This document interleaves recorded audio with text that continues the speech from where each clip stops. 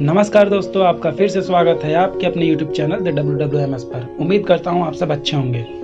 तो आज हमारा लेक्चर नंबर 7 है, जिसमें हम लोग डिस्कस करेंगे कि डेली लाइफ में, हमारे जो डेली लाइफ में एप्लीकेशन है ओम्स लॉ का, जो हम लोग यूज़ करते हैं ओम्स लॉ का, तो वो यूज़ कहाँ कहाँ है। तो चलिए वीडियो को स्टार्ट करते हैं।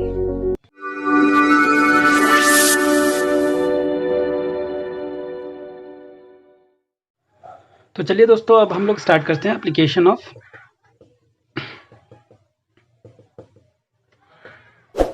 Ohm's law.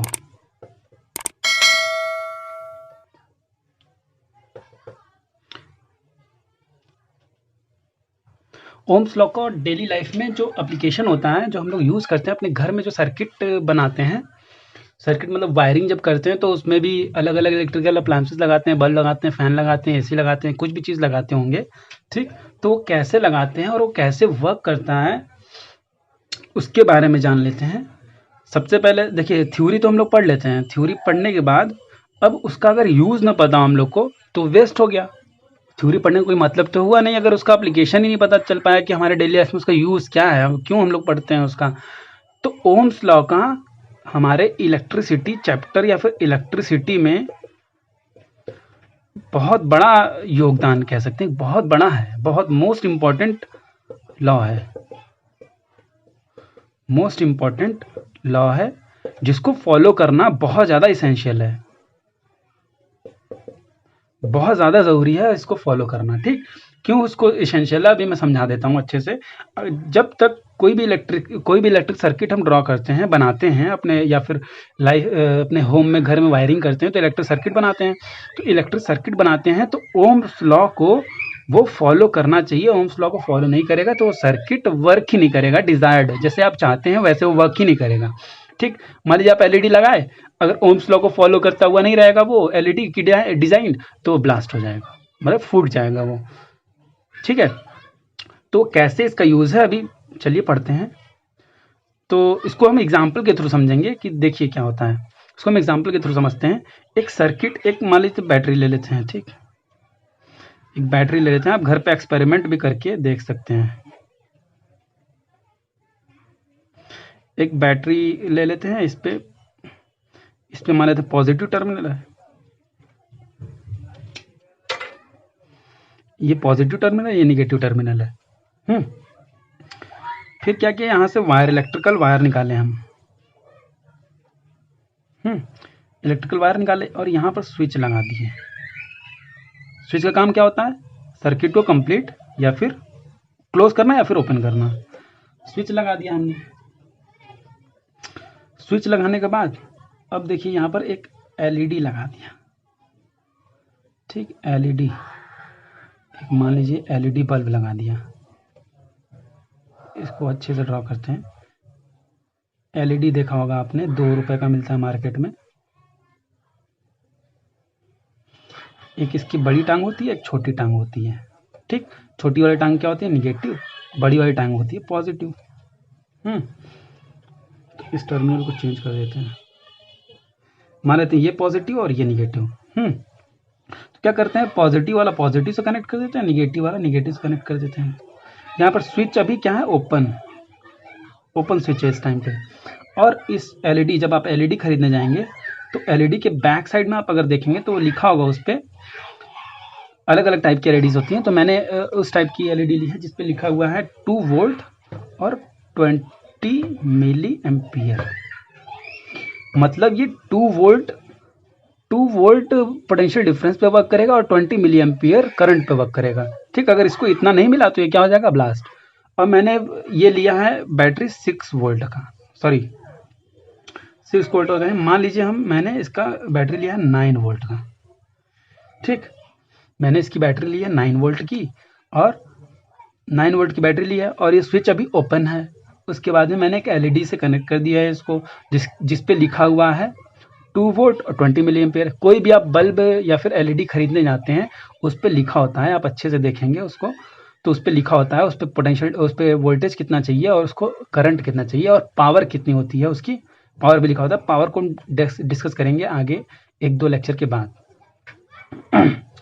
तो अब देखिए, अगर स्विच को हम क्लोज करते हैं ठीक है, स्विच को क्लोज किए तो सर्किट क्या हो गया, पूरा कंप्लीट हो गया, सर्किट कंप्लीट हो गया। तो क्या होगा, ये टूट जाएगा, ये ब्लास्ट कर जाएगा। क्यों ब्लास्ट करेगा, इसको चाहिए था 2 वोल्ट। इसकी मैक्सिमम जो कैपेसिटी है वोल्टेज वोल्टेज की या फिर पोटेंशियल डिफरेंस की, वो है 2 वोल्ट की, और हम कितना दे रहे हैं, 9 वोल्ट। तो क्या हो जाएगा, ब्लास्ट। ठीक, ब्लास्ट हो गया या फिर जल जाएगा ये।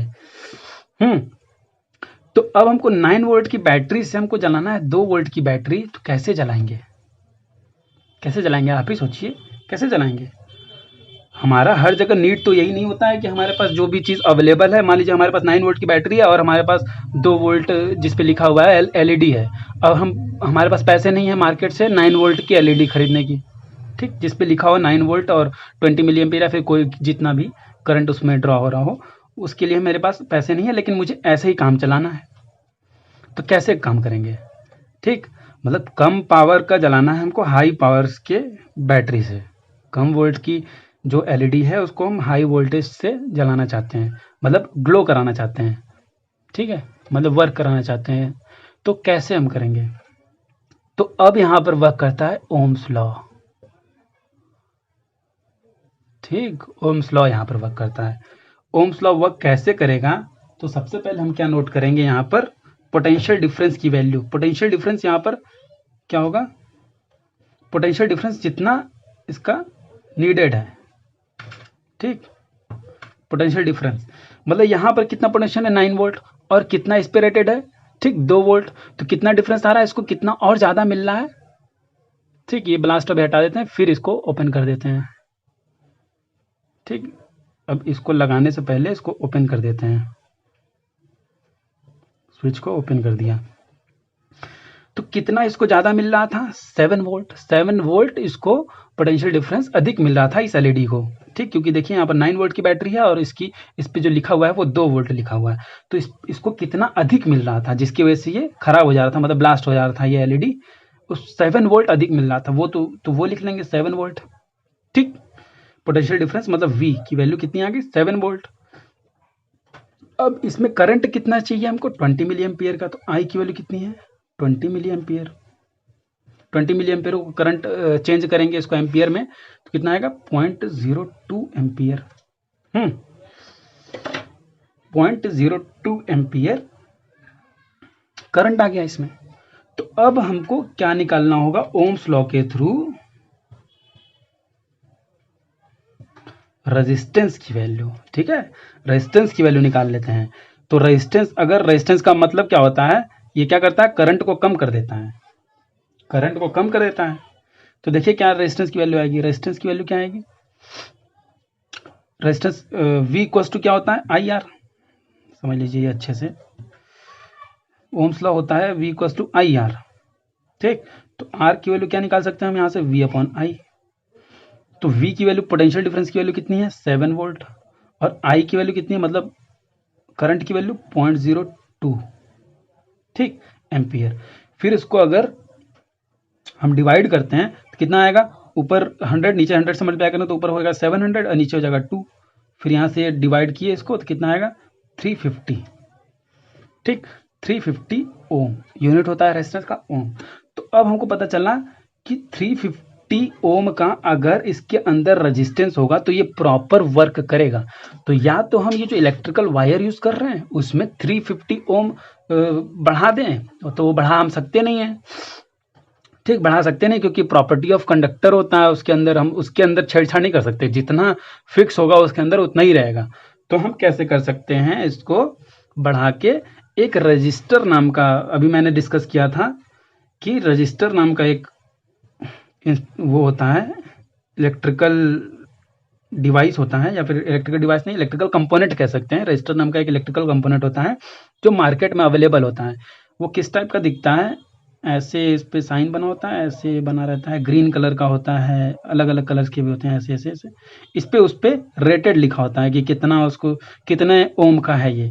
तो हम 350 ओम का, 350 ओम का रजिस्टर ले आएंगे, क्योंकि हमारी वैल्यू कितनी आई थी, 350 ओम। तो 350 ओम का रजिस्टर हम यहाँ से सर्किट ब्रेक करेंगे, सर्किट ब्रेक किए।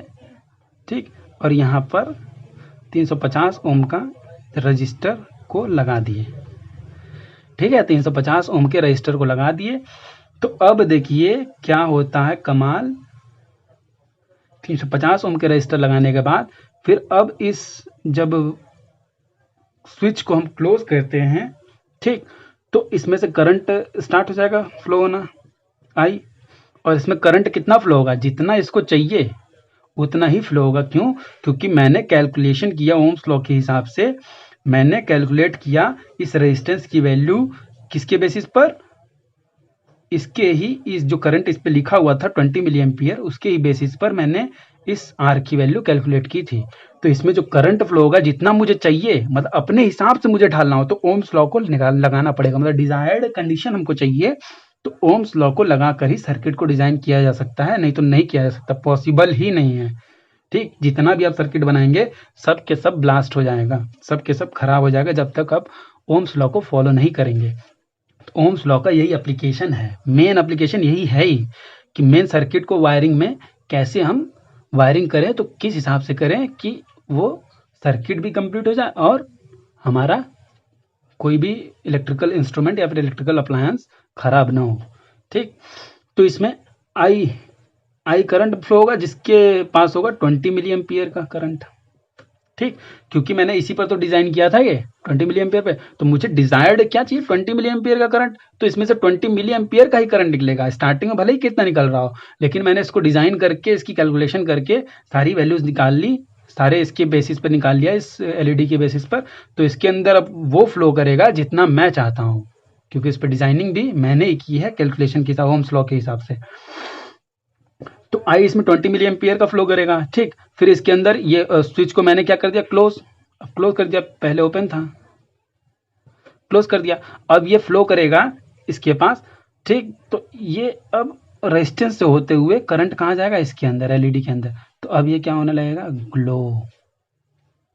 ठीक है, ये ग्लो हो जाएगा, मतलब आराम से इसके अंदर लाइट आने लगेगी। तो मेन आप एप्लीकेशन इसका समझ में आया होगा आपको कि क्या इसका मेन एप्लीकेशन है ओम्स लॉ का। ओम्स लॉ का मेन एप्लीकेशन क्या है, बहुत अच्छे समझ में आया होगा ये एग्जाम्पल के थ्रू। इसलिए मैं सोचा था कि आपको एग्जाम्पल के थ्रू समझाऊंगा तो बहुत अच्छे समझ में आएगा। ऐसे ही नॉर्मली अगर बता दूं तो आपको अच्छे समझ में नहीं आएगा, और वैसे ही अगर आप देखें अच्छे से और अच्छे से अगर समझाएं, और अच्छे से क्या समझाएं, इससे अच्छा तो हो ही नहीं सकता कुछ भी एग्जाम्पल। ठीक, जैसे आप घर में देखे होंगे आपकी एलईडी होगी 9 वाट की, 11 वाट की, मैक्सिमम टू मैक्सिमम 20 वाट की। ठीक है, ये एलईडी होगी। एलईडी मतलब जो इस टाइम पे आ रही है, सीएफएल के बाद जो आई है न्यू जनरेशन में, वो एलईडी आई है वाइट कलर की। ठीक, तो ये एलईडी होगी मैक्सिमम टू मैक्सिमम 20 वोल्ट, 20 वाट। ठीक, लेकिन हम इस पे वोल्टेज हमारे घर पे कितना आता है, पोटेंशियल डिफरेंस वोल्टेज, जब भी आप वोल्ट मीटर लगाएंगे अपने मेन सप्लाई में तो वो हमेशा शो करेगा 220 वोल्ट के आसपास। ठीक, 220 वोल्ट, इंडिया में 220 वोल्ट का सरकार गवर्नमेंट देती है हमें, घर के लिए 220 वोल्ट का सप्लाई देती है। तो 220 वोल्ट आपके घर में आ रहा होगा। आप अगर आपके पास अगर स्टेबलाइजर लगा आपके मेंस के पास तो आप देख सकते हैं उसको, स्टेबलाइजर में 220 वोल्ट या 230 वोल्ट या 210 वोल्ट आ रहा होगा 220 के आसपास। ठीक, अगर आपके पास फ्रिज है, ठीक, फ्रिज की स्पेलिंग होती है FRIDGE, आपके पास फ्रिज है, तो फ्रिज करीब होती है 100 वाट, क्या 100 वाट से 250 वाट के बीच में। अब देखिए आप, इसका पावर अधिक है, इसका पावर कम है, इसको भी 220 वोल्ट मिल रहा है, इसको भी 220 वोल्ट मिल रहा है, क्योंकि आपकी मेन सप्लाई क्या है 220 वोल्ट की है, मेन्स ही 220 है, मेन्स 220 वोल्ट।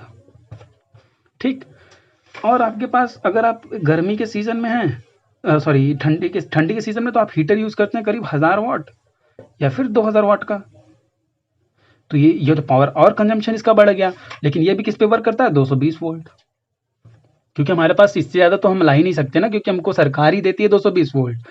अब देखिए आप एसी अगर चलाते हैं तो एसी का जो रेटेड पावर होता है वो तो टन में होता है, मान के चलिए 2 टन, 1.5 टन, 1 टन की एसी है आपके पास, तो अगर वो उसको वाट में कन्वर्ट करना चाहें तो मान के चलिए करीब 3000 वाट से 4000 वाट के आसपास अगर आपका बिजली कंज्यूम कर रहा हो, तो फिर भी ये वर्क किस पे करता है, 220 वोल्ट पे ही, ठीक है, क्योंकि गवर्नमेंट ही आपको सप्लाई दे रहा है 220 वोल्ट का। अब और अगर और भी अप्लायंसेज हैं आपके पास, ठीक, तो वो सबके पावर अलग अलग होते हैं। मान लीजिए मोटर है आपके पास, मोटर चला रहे हैं, तो वो भी होता है करीब 2000 वाट 2500 वाट के आसपास, ठीक। तो इसको भी किस पे वर्क कराना है, 220 वोल्ट पे ही। सब किस पे वर्क करेगा, 220 वोल्ट पे ही। तो ये सब जितने भी इलेक्ट्रिकल अप्लायंसेज हैं, जितने भी इलेक्ट्रिकल अप्लायंसेज हैं, जो कंपनी होती है मैन्युफैक्चरिंग कंपनी, सब किस पे इस सारे चीज़ों को डिजाइन करती है, ओम्स लॉ के बेसिस पर, ओम्स लॉ पर सबको डिजाइन करती है, ओम्स लॉ पे। क्योंकि मुझे अगर 9 वोल्ट की एलईडी जलानी है, क्योंकि ये कम पावर है, फिर भी हमको 220 वोल्ट पे ही जलाना है इसको, मतलब ग्लो कराना है, तो कैसे हम कराएंगे, ओम्स लॉ के थ्रू कराएंगे।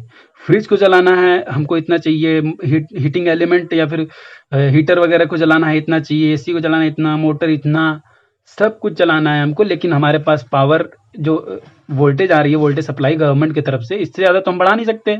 मैं एक नॉर्मल घर की बात बता रहा हूँ, इंडस्ट्री वगैरह या फिर और बड़े बड़े घर की बात नहीं बता रहा हूँ जिसमें ज़्यादा वोल्ट की ज़रूरत होती है। मैं एक नॉर्मल घर की बात बता रहा हूँ जो 220 वोल्ट का सप्लाई देती है गवर्नमेंट, हमारे इंडिया की बात मैं बता रहा हूँ। अब इसी वोल्ट में ही हमको छोटे पावर कंजम्पशन वाले इलेक्ट्रिकल अप्लायंसेस भी चलाने हैं और हाई पावर कंजम्पशन वाले भी इलेक्ट्रिकल अप्लायंसेस को चलाने हैं। तो कैसे चलेगा ये, ऐसे चलेगा ये जितने भी इलेक्ट्रिकल अप्लायंसेस हैं सब ओम्स लॉ पे बेस्ड होते हैं, और जो हम अपने घर पे जो वायरिंग करते हैं वो भी ओम्स लॉ की बेसिस पे करते हैं। और ओम्स लॉ के अंदर ही किस बेसिस पे करते हैं, दो टाइप के वायरिंग की जाती है, एक सीरीज में और एक पैरेलल में, ठीक है। तो ये हम अभी बाद में नेक्स्ट वीडियो में देखेंगे, इसको अगले वीडियो में देखेंगे सीरीज और पैरेलल कॉम्बिनेशन क्या होता है, ठीक। तो सभी में ओम्स लॉ लगेगा, सभी चीज़ में हम लगाएंगे। अब आप ही समझिए, अगर इसकी भी वायरिंग नॉर्मल तरीके से की जाए, नॉर्मल तरीके से मतलब इसके अंदर जो सर्किट लगा होता है, आप देखे होंगे आप एलईडी को खोल के, तो इसके अंदर सर्किट लगा होता है, पीसीबी उसको बोलते हैं, ठीक। पीसीबी लगा होता है, उसमें नए कितने रेजिस्टेंस, नए कितने कैपेसिटर्स सब लगे हुए थे इसके अंदर। अब वो लगे किस लिए होते हैं, और सब किस पे बेस होता है, ओम्स लॉ पे, सब ओम्स लॉ पे बेस्ड होता है। और ओम्स लॉ पे बेस्ड नहीं होता तो ये 220 वोल्ट के सप्लाई पे ये ब्लास्ट हो जाता, ठीक।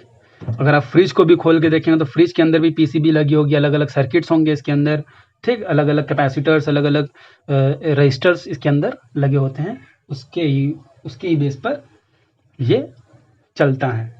अगर ये सब नहीं होगा, सर्किट नहीं होगा जो कि ओम्स लॉ पे डिज़ाइन किया गया होगा, तो ये हमारे जो अप्लायंसेज है वर्क नहीं करेंगे, ठीक है, बिल्कुल भी वर्क नहीं करेंगे, ख़राब हो जाएंगे, या तो वर्क नहीं करेंगे या तो ख़राब हो जाएंगे, ठीक है।